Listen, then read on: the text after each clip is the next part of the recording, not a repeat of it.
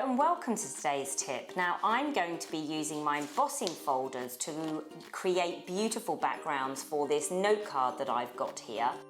Now what you need to do is you need to find the section of your embossing folder where your image, which is usually in the foreground, is actually in the background. And so when you feel over your embossing folder, you will feel that it is raised up, the background is raised up, and in this case it's the purple side. And I've just got some plain printer paper. You can use any paper that you like actually, but I've used printer paper.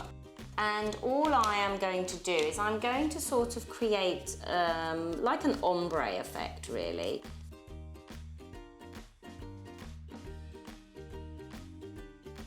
And at this part of the game I'm just sort of putting in the ink onto the embossing folder. Now don't worry, it wipes off really easily using like a baby wipe, or you could even use hot soapy water on them. And then what I'm going to do is, so that you can't see the lines of exactly where I put it on, it looks a little bit of a mismatchy mess if I put it through the embossing machine at the moment, is I'm just going to use the applicator, and I'm just going to start off with the lighter side, and I'm just trying to take away any unnatural lines really. So I am actually just going to give it a very light spritz with the water ones, and I'm actually going to go over and add some more. Now that there's a bit of water on it, it might just pick up more ink as well.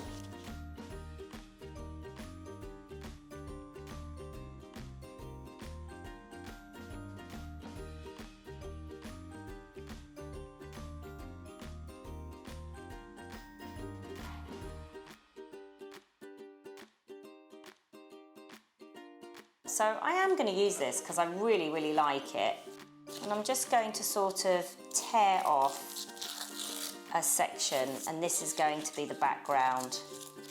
I'm just going to put that on there, stick that on there. I'm going to use some pop-up dots for my fox that I made out of, made it like a lino cut, and I've turned them into stamps, so I've made my own stamps. That was made out of a photograph actually.